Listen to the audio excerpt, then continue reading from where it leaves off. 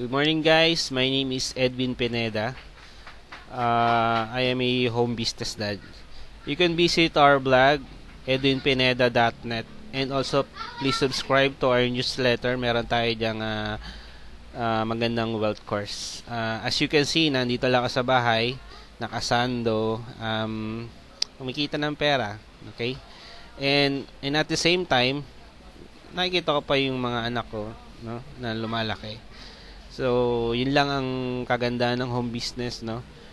I'm earning and at the same time nakikita ko yung anak ko, kampante ako, nababantayan ko sila.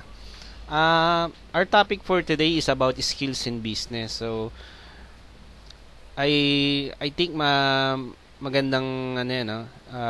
It is very important na meron tayong skills in business.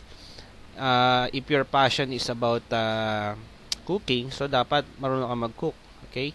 If your passion is about electronic repair like TV repair or cellphone repair, at least meron kang skills how to repair those equipments. Okay? So, actually, that is only technical skills lang. Marami pa tayong dapat na skills na malaman like managing your business. Okay? Talking to your customers. Handling customers. How to how to manage your financial. Okay? Kasi kita ka ng kita, hindi mo nun alam i-manage yung financial mo. So, that is also important. Now, pag nag-start ka ng home business, I'm sure may hirapan ka because you don't have the knowledge and the skills. Now, para hindi ka mahirapan, ang tip ko lang is find a mentor. Okay? So, if your passion is about cooking, look for a mentor na at least 10 years or na alam niya na all about cooking, managing the, let's say, restaurant. So, hindi ka na mahihirapan. Mag-share sa'yo ng mga knowledge or skills niya para hindi ka na mahihirapan. Okay? So, skills is very important. It's like parang nagkakat ka ng puno, di ba?